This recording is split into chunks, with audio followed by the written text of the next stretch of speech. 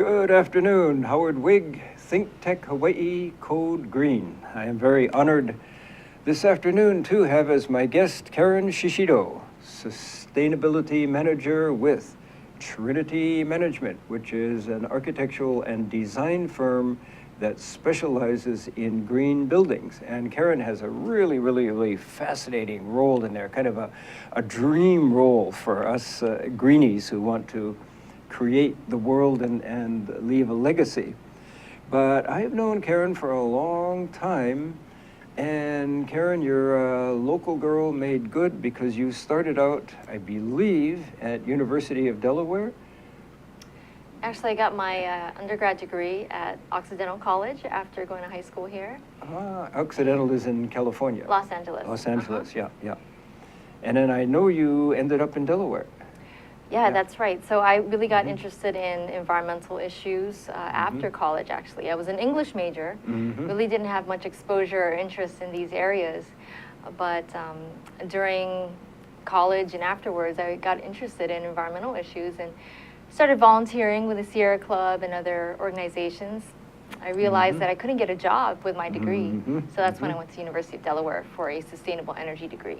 And were they the only university in the country to have such a degree? Because most of us locals end up on the West Coast. Right. And here you go all the way to some obscure little state on the East Coast. Yeah, it's true. At the time, this was about 10 years ago, there were only about 3 or 4 programs that were specializing in energy policy that didn't focus on some of the conventional or dirtier types of energy like nuclear. So I specifically wanted to go in that direction towards sustainable energy. And I think the University of California, Berkeley was one, Columbia was the other, and then University of Delaware.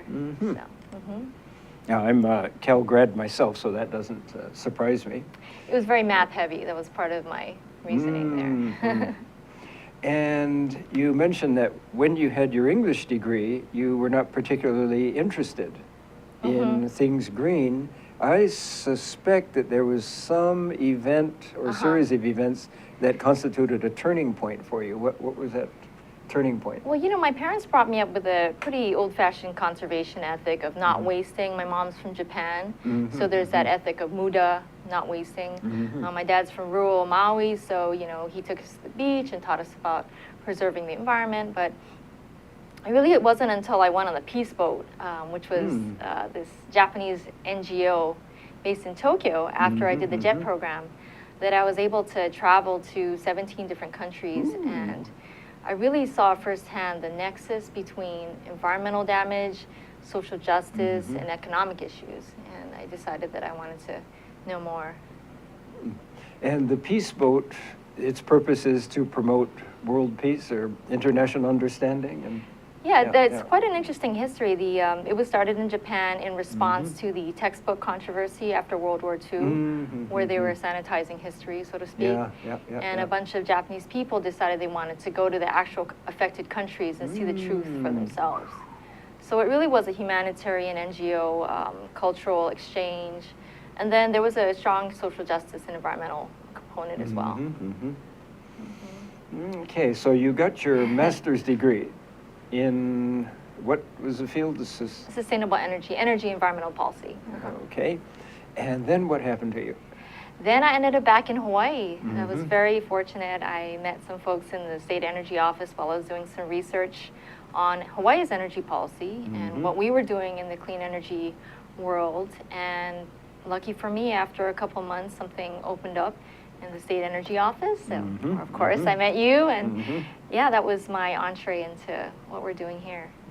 Okay, and then you left for the private sector for Trinity Management. Correct, after about 3 years.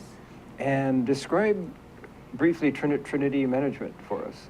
Well, Trinity has 3 different focus areas. So we have the construction management practice, we have the project and program management practice, and sustainability. So there's some overlap between all of those, but basically what I and 2 of my colleagues do is we work with either the design teams to integrate the most common sense, cost-effective, and effective green strategies possible into building design, or sometimes we work with the contractor on the construction side to make sure that everything is built to specification and that we can achieve a green certification. It's usually LEED. Yeah, so that's really, really, really fascinating. And you, to me, this is your dream job. I mean, you're as green as a four-leaf clover, and you're working with clients who are green-oriented, and you get to, I think your basic rule would be to ask, what is your budget, and how can we maximize the greenness of this project within your budget constraints? Is that a good summary? Budget is always, as you can imagine, the number one priority of every owner. It doesn't matter if it's the government or a private sector job.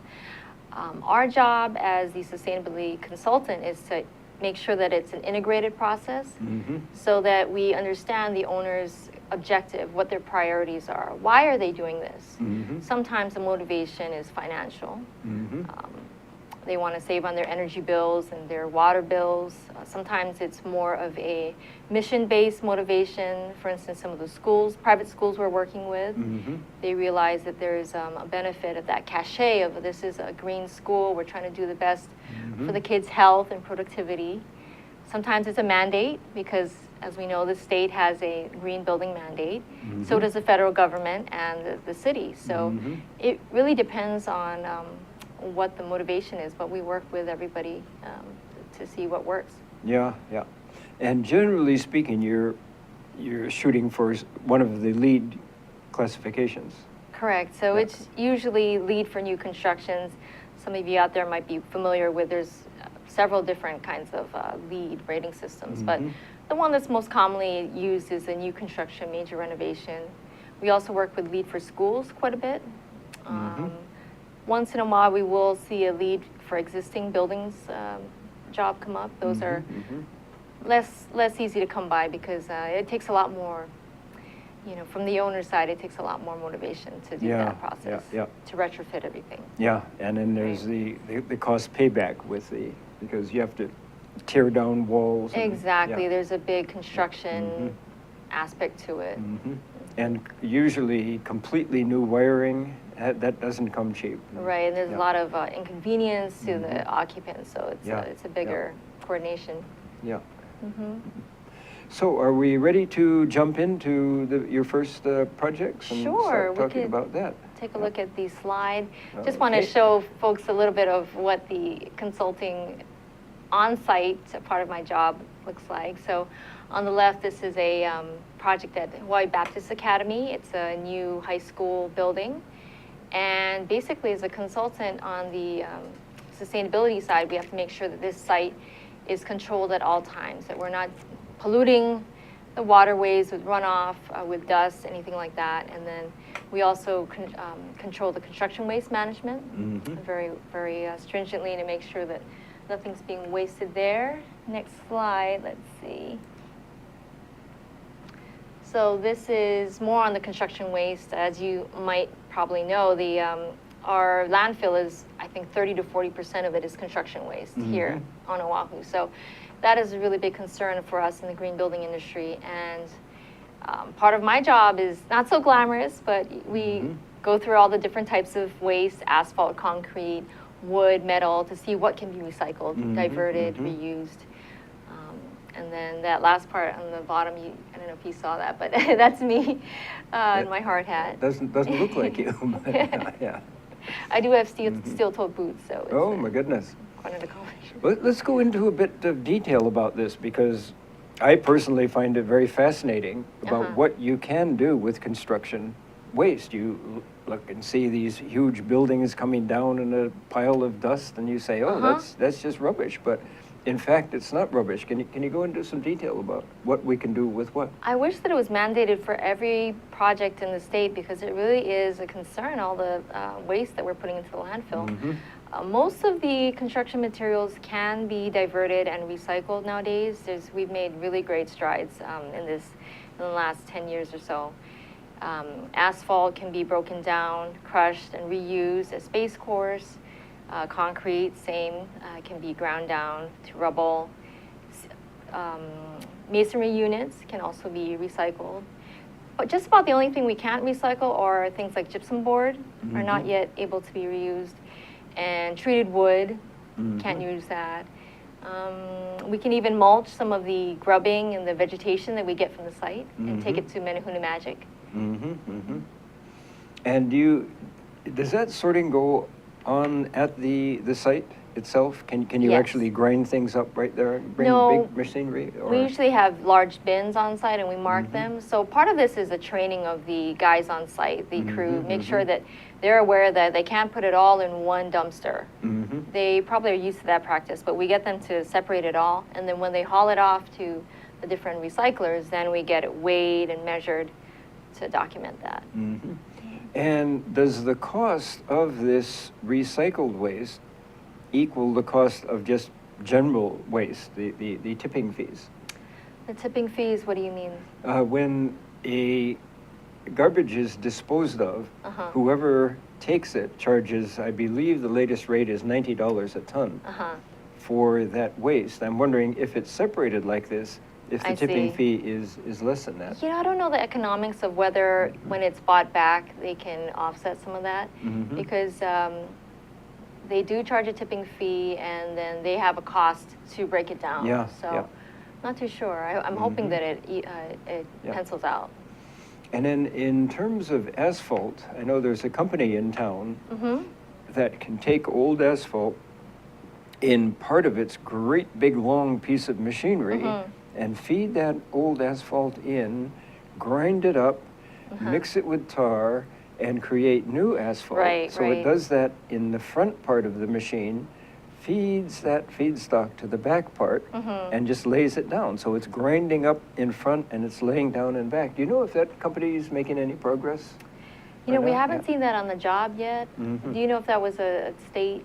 Did they do a lot of state projects? I don't know. I haven't heard from them in years. But you're speaking of that, just reminded me of that. Yeah, I'm not sure about that particular company. And you mentioned a base course. Can you explain what base course, or what was the term you used? That's what's poured under the concrete. So it can be fine gravel. There's sometimes some specifications from the state or federal side that prohibit the use of recycled aggregates in base course, but wherever possible, we try to encourage that. Have any idea why it would be prohibited? Maybe because of the quality control. They're not able to guarantee it or do lab safety or lab testing on it.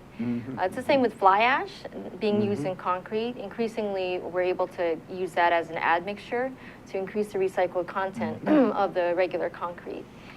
But the drawback of that is that because it's gray, when we try to get the point for solar heat island effect, which is if the light-colored materials throw back the heat and make lessen the heat island effect. It sometimes is a concern that fly ash mixture will make it darker. Okay, well, on that cheery note, it's time for our first break. Think Tech Hawaii. Be back in 30 seconds. Aloha, my name is Kenneth Lawson. I'm your host here at Life in the Law. I'm really interested in law as I practiced it for 18 years before coming to Hawaii. I practiced criminal law and civil rights law on the mainland. Now I teach law at the University of Hawaii Law School, William S. Richardson School of Law, and I bring in guests who are very current on legal issues that affect your life here in Hawaii. Come and join me every Wednesday at 1 p.m. as we explore how the law affects you, how the law is changing, and why it's important that you should care about what's going on in your community. See you then. Good afternoon again. Howard Wigg, Think Tech Hawaii, Code Green. Very honored again to have Karen Shishido as my guest, Sustainability Specialist with Trinity Management, a green architectural and project management company. Karen, we were talking, we still have you on the job site and making maximum use of the materials. And what about glass? Do you have any insights into glass and the fact that we recycle it, and as far as I know, it's just coming up in mountains? There are some places that take glass, but as far as the ability to crush it and reuse it locally, sometimes on the mainland they have the crete and different kinds of paving materials that use glass, but I haven't seen that used too heavily here in Hawaii. Yeah. Okay, so we're at the job site and we're making maximum use of the materials, and then you're ensuring that there's no runoff. There's a lot of bulldozing and a lot of dirt and dust and everything, and you're ensuring that there's no runoff into streams or other affected areas. So we've got the site prepared, we've got the demolition material out. Now what happens? Wow, then it's a 12-month to 3-year process of managing the construction. And as the sustainability coordinator or consultant to the contractor, we will go out anywhere from twice a week to once a month and make sure that everything is being done to plan, the air quality measures are being followed, the pollution prevention, as you're saying, is being followed. If we're working on the design side, and I haven't talked about that too much, but that's a whole different animal because we're not so involved with the construction if we're working for the architect. But on that side too, we will be taking a look at making sure the contractor will be following things.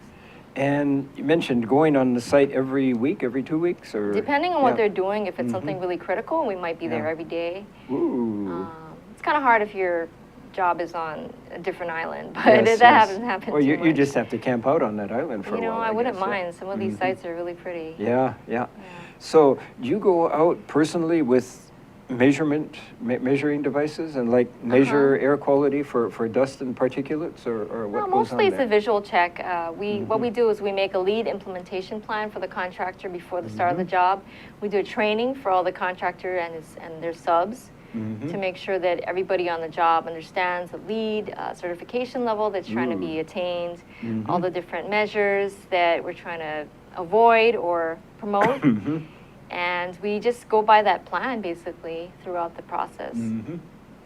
And what do they, generally, I've dealt with contractors and the tradesmen out in the field, and they're generally kind of a rough, tough bunch of guys. And what do they think when here's this pretty young lady who comes onto the site and starts lecturing them? It's kind of funny.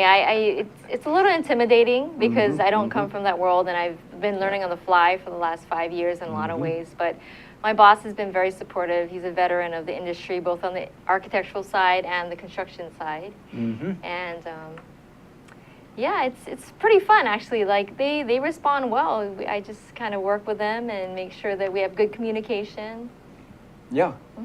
And what else do you check besides air quality?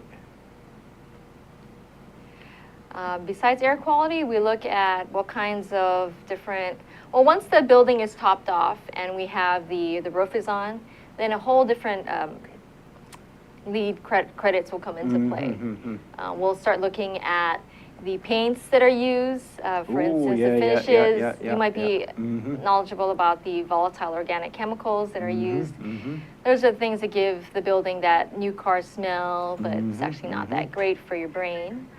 And so we will make sure that the contractor is using the correct finishes. Sometimes they might have a problem. They run out of something. They run out of some caulking or glue. They run to Home Depot, but it's not VOC compliant. So that's the kind of things we have to watch out for. But more and more, it's becoming standard practice. And this is something that's happened through market transformation. Because of LEED, Green Globes, and the other programs that are out there and the various mandates, mostly, I'd say the majority of contractors today have dealt with a LEED building. The majority of architectural firms have dealt with or designed a LEED building, and they don't need to have their hand held as much anymore. It's not this weird animal that is a foreign concept. Yeah, I have been in the field slightly longer than you, having been around the planet, or going around the sun more times than you. And what was radical, far out, long-haired, tree-hugging stuff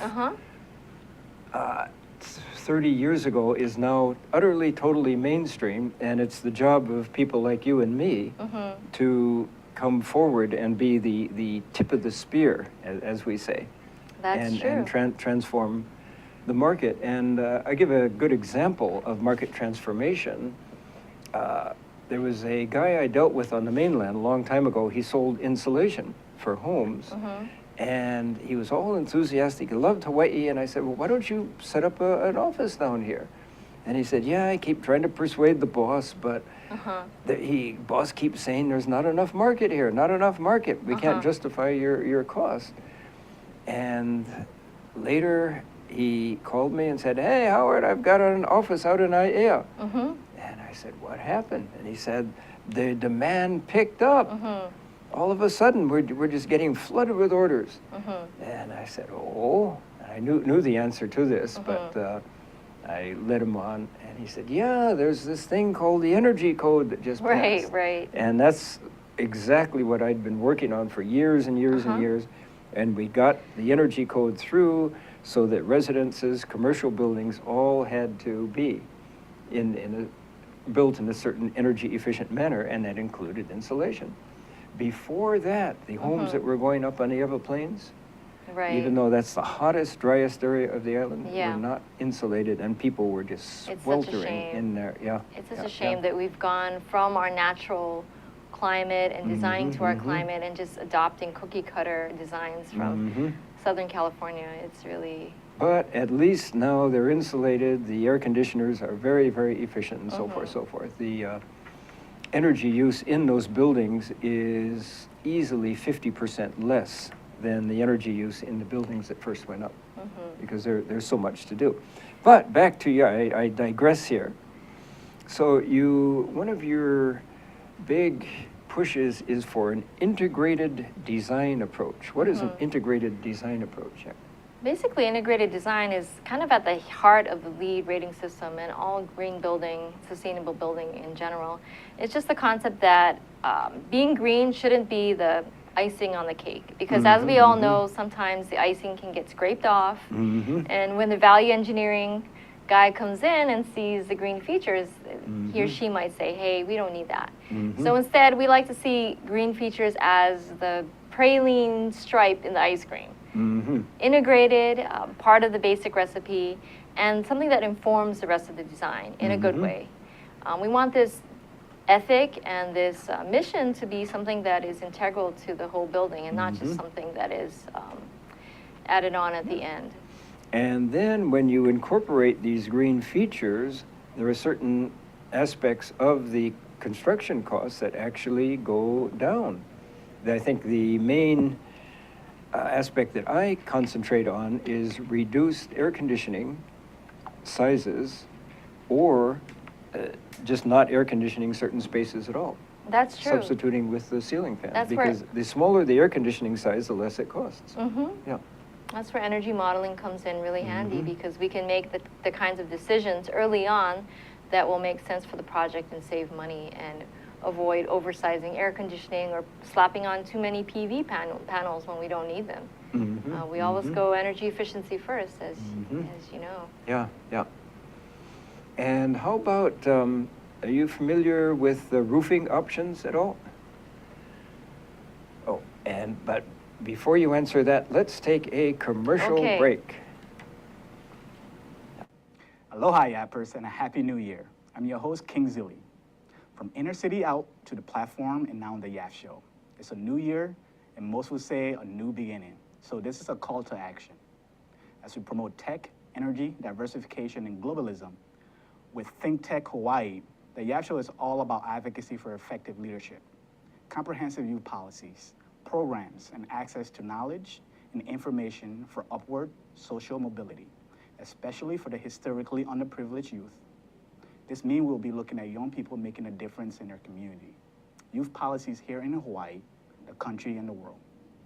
We want to highlight youth programs that are meeting young people where they are, working together to accomplish a goal or tackle an issue, while providing information and access to free educational content for anybody looking to learn on their own time, study for an exam, or simply refresh their memory. We do this by inviting everyday people like yourself, state policymakers, youth advocacy groups, youth programs, professionals, and so forth. But most importantly, we'll be partnering up with my new organization, causeeffect.org. More information on Cause Effect, as this website is currently in development in hopes to feature courses, seminars, tutorials, and conducting surveys that will be featured on the show. As we leave behind 2014, I wish I could say we leave behind issues such as police brutality, youth violence, education, economic mobility, and so many other hot button topics that made 2014 a difficult year. So what does it mean for the new year? What does it mean for youth policy? What does it mean for Hawaii as a whole? And most importantly, how does it affect you and your community? We want you to tune into the YAF Show at 3 p.m. Friday and find out. Aloha. Good afternoon again. Howard Wig, Code Green, Think Tech Hawaii. My guest is Karen Shishido, Sustainability Specialist with Trinity Management, a architectural and project management firm. Karen, we were talking about green design lead and all that, and you and I know from long, long experience that it's not just about saving money, reducing your utility bills. When you build a green building, there's a lot of spin-off benefits. One being comfort in the building, another being health, another being just the feeling of satisfaction of people in those buildings. Can you discuss that aspect of things? Sure, I think that comes into play especially with educational buildings, and Trinity's worked with about 4 to 6, I think, projects right now. So basically, there's a lot of research out there that shows, as you know, that daylighting helps to improve student outcomes and performance, that the use of chemicals of concern indoors around children is especially dangerous because they're just developing and their brains are just developing. So more and more this is becoming standard practice in the schools. So not only how to make it energy efficient, but also safe and comfortable. So thermal comfort is a big part of that. We have a huge issue right now here in Hawaii with schools that are too hot. So that's something that we have to balance between aesthetics, comfort, energy savings. How do we get the optimum balance between those? And are you involved in public schools themselves? Yes, and I'm a public school graduate, so I feel like as am I. I feel like I know what it's like, and I'm really passionate about making sure that our public school kids have the same kind of learning environment that private school kids have. I think that's a basic right. And you know, I don't think that the solution has to be 100% air conditioning all the time. In some places it has to be, sure, but I think with the right design we can get away from that, because that's obviously an energy intensive solution that takes a lot of coordination on the construction side. So how do we design better from the start to make sure that we're not sacrificing indoor air quality or thermal comfort, but we're also being good on the energy side? Well, let me run an idea. One of my personal passions in terms of school design or residential design. Number one, as you're designing the building, keep the sun's heat the heck out of there. And we can do it not just through roof insulation, but overhangs and reflective roofs. You put those three together, and you have reduced, just by those measures, your interior temperature by a good, solid 10 degrees, and could have even 12 degrees. There's a difference between, say, 90 degrees in a sweltering hot classroom or 78 degrees, and we're local. We're used to this climate. 78 degrees is fine. And then you attach to that this brand new invention called ceiling fans. And I happen to know that ceiling fans, if you run them at a slow speed, they will reduce your perceived comfort by about 5 degrees.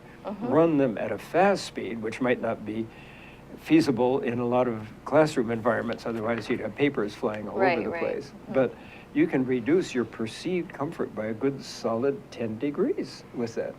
So why not design the schools to keep the sun's heat out, plus ceiling fans? What's wrong with that? And then of course you have daylighting to reduce your lighting load too.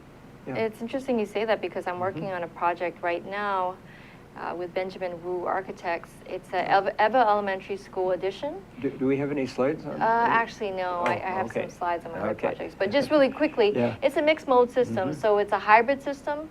When it's hot, too hot, there's indicators and readers and measurement devices that will say that it's too hot.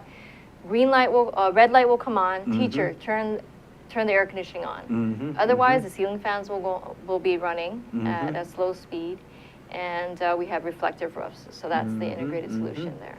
Interesting. Do you know what that set point is for the temperature? I believe that it gets no more than 82. Yeah. So. On the mainland, they would have it lower, but again, we're used to Sure. hotter conditions here. And how about the issue of override on that particular one? Is there a way that the teacher can diddle with that and set it down to 78 or 77 or something? You know about that? You know, I'm not sure if there's a manual override for. There probably is, but that's where education comes in. To make sure they know that there's those policies in place. I once was in Austin, Texas, and went into a historic black part of town where they had taken down these shanties and put up this beautiful, beautiful elementary school, and it was fully shaded so that the great big plate glass windows had zero direct solar gain. So very comfortable, beautiful daylighting. You don't need, oh, and this is in summer, you don't need lighting, artificial lighting at all, right? Every room that we went into as we were given a tour of this building had the lights on. And I said, exactly. I took the tour guide, the architect, aside privately and said, what's going on? And he said, oh, God. And I said, why not have the controls, in this case, in the principal's office? You want the lights on, you, the teacher, send a student or you go yourself and say, we need the lights on, and somebody's going to say why. Right. Otherwise, people just automatically override things. So. Yep, behavior is a really big thing. You can have the greenest building in the world, and if people don't operate it as it was designed, then it could be a huge energy waster, as you're aware. And have you specialized at all in the effects of daylighting? Read the papers and experienced it yourself? I have, yeah. I've done a lot of research, especially on educational settings, on what the benefits are. So pretty much in all the projects we're working on, we have a really good use of daylight, especially that nice north light. Putting the classrooms on that side of the building wherever possible, and then shading appropriately to prevent glare. There's a slide. What? This is Nanakuli. Yeah, you want to talk about Nanakuli? Sure. So this is a project on the west side in Nanakuli. It's a youth education town. It's part of the Boys and Girls Clubs. 9,000 square feet. I think it was certified last year, and it's LEED Gold level. And it achieved 35% savings on its energy bills, utility bills. Is using about 50% less water, and in consumption as far as kilowatt hours, it's reduced by 51%. And then the next slide shows, so you see in that top left, this is the daylighting that we were just talking about. Has great daylighting. There's an atrium area that has a huge window, allows the kids to do their activities, and most of the time they don't have to use electric lighting. Now, I'm not even perceiving where the daylight is coming from. Oh, the top in the middle. It's like a square building, so the entire middle is windows. So they have a lot of after-school programs. And that one on the bottom, that's a water catchment system that they use to irrigate this lo'i, actually. So there's a strong cultural aspect to this program, as well as the green aspect. You might explain what lo'i is. Oh, it's a taro field that they're growing up there. So that's pretty tricky in the middle of the hottest area of the island to be growing taro. You know, I'm not sure how many inches a year of rainfall they're getting there, but they do have that huge catchment tank. And then I just wanted to switch back to that slide for a second, show you that they have a really cool weather vane and climate management system. So they were able to see in real time, the kids were able to see how much energy that PV array on the roof was making. And they're able to do science experiments and learn about energy consumption. They're able to learn about solar electricity. Yeah, I always like that when you integrate that into the learning curriculum. Sure. And they become very, very highly educated. So hopefully they'll go home and say, hey, Mom, hey, Dad, how come we're wasting all this energy Exactly. here? And Howard, at this particular project, the kids are the ones giving the green building tour. Ooh. We helped to make the signage, so there's some signage on the walls, but the kids teach each other, and they've really taken ownership of this building. It's a beautiful building in a community that hasn't traditionally had that many resources. So it's, precisely, yeah. it's just been a really great resource for the kids there. So are there groups that come in to see them, both not just kids but adults also? Sure, And they sure. can There's take the been a adults lot of around? people Yeah. that have gone there to see the green features. And then maybe we can switch to the next slide here. Oh, that's actually the signage I was talking about. They have an aquaponics system here at Nanakuli Youth Education Town, and then some of the mentors that come in and work with the kids there. And who are the mentors? Folks from the community, and from town as well. And this next one is Hawaii Baptist Academy. Yep. So this was completed last year and is seeking a LEED Gold certification. What are we looking at in the? That's an over aerial kind of view. It's attached to the main campus there at Hawaii Baptist, and it's a 2-story. It's art, science, and general classrooms. 9,000 square feet. Group 70 was the architects, and Ralph Inoue was the contractor. So this is this left slide picture here. This shows you the daylighting. We're talking about daylighting. And they did a great job integrating this wonderful natural light on the north side into this classroom. And we might, just for the uninitiated, we might discuss the importance of north side versus east-west versus south when you're looking at daylighting. Sure, that's the softest lighting and the one that's most conducive to being able to work. The lighting on the south side of the building is usually more harsh, often causes glare when it's shifted into the building, so you have to be careful with shading when you have south side light. And then, of course, on the east side, you have your rising sun. On the west side, you have the hottest time of the day, the afternoon sun. Right. When we do a project, we always do a sun path diagram to make sure that we know when the light is going where and how do we account for that. And then, of course, the lighting pattern on June 21st, the longest day of the year, is much different from the day we had just recently, December 21st. Correct. Yeah. And so when you're designing your building, you're designing in accord with that. Right. Yeah, yeah. Very, very exciting stuff. Yeah, should we just finish up on this? Let's see, here's one more slide that I wanted to bring up here. Don't we have some more slides? Yeah, we do. This is the last one.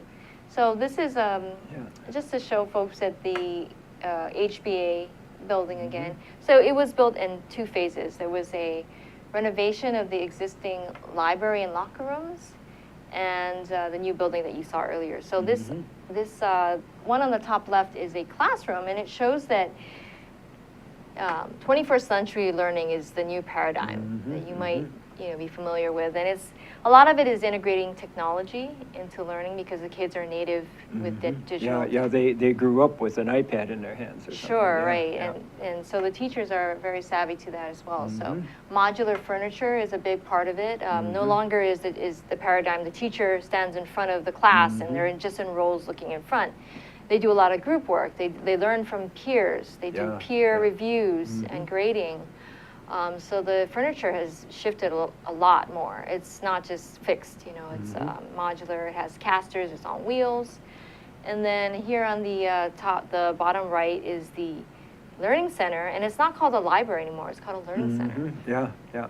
We're even getting away from the concept of fixed areas to put books, right? So it integrates technology. There's still books there, and it's a beautiful space, but they did that with the knowledge that technology is changing, and they have to allow for that to happen in the future, for those changes to happen. Okay, and on that last slide, it looked like a beautiful daylighting slide, and that reminds me of the fact that Charles Kaneshiro took me on a tour of the first phase of Hawaii Baptist, and it was one of the best learning environments I have ever seen in This is the my middle entire school? Sure, it's very beautiful. With great big plate glass windows with greenery outside and the sun streaming through. That campus is so beautiful. I had no idea because I had never been there before, but it's right along Nu'uanu Stream. And the kids are just able to access nature. They're able to see it from their classrooms, and at lunch they can go and sit next to the stream, overlooking the stream. And it's almost like a college campus, really. It's very peaceful. And as a closing note, I would remind us all that we hominids, we two-legged creatures, have been around for last count 4.2 million years, and our ancestors spent all of their time in the outdoors except when they were in caves or whatever. And it's only in the last 100 years that we've been spending the majority of our time indoors. So now we're kind of going back and bringing the outdoors, which we evolved with, back indoors with us. And of course, Hawaii is the ideal place to do that. Yep.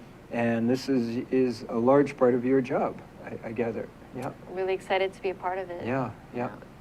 Yeah, last time I heard daylighting, good daylighting and views the outdoors for kids increase test scores by up to 20%. Yeah. And now we're looking at offices, same concept. Office workers are more content, they feel more satisfied, they're actually healthier and more productive I when think they that's have the access. next frontier is the well building standard and bringing that into the workplace. And melding that with the totally efficient design. Yeah. So you probably grew up in a non-air conditioned home? Correct, yeah. Yeah, Non-air conditioned home, non-air conditioned schools, 12 years in the Leeward District, and you know, it was hot, but we managed to make do. But imagine if I had air conditioning or better design, maybe I would have been the president. No, I'm just kidding. Well, on that very cheery note, it is time to bid fond farewell from Think Tech Hawaii, Code Green. Thank you very much, Karen Shishido. Oh, do you want to give your email address in case people want to, very slowly, clearly? Yeah, so it's Karen Shishido, and that's Shishido, and it's up right there, Trinity Management Group, K Shishido at Trinity-Hawaii spelled out.com. Okay, very good. Thank you very much. This has been a very enjoyable session. Thanks a lot, Howard. Appreciate it.